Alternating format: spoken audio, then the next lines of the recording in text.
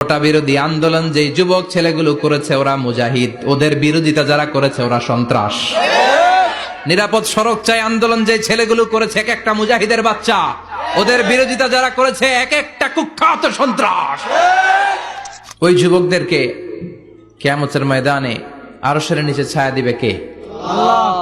আমরা প্রত্যেকের জন্য হেদায়েতের দোয়া করি প্রথমে।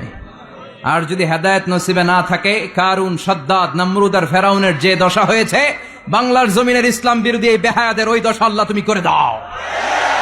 আমি কখনো হারি না, আমি হয় জিতি নয় শিখি, এরকম একটা অ্যাটিটিউড রাখবেন যে শিখতে আমাকে হবেই, কিন্তু হেরে যাব না আমরা। চিল্লায় বলেন ঠিক কিনা?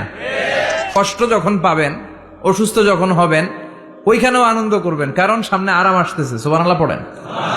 মুমিনের হারাবার কিছু নাই, দুঃখ পাওয়ার কিছু নাই। মুমিন অসুস্থ হলে অসুস্থতার মাধ্যমে তার গুনাহ ঝরে যায়, সে আল্লাহর কাছে প্রিয় হয়ে ওঠে। তা আমাদেরকে কেউ হারাইতে পারে?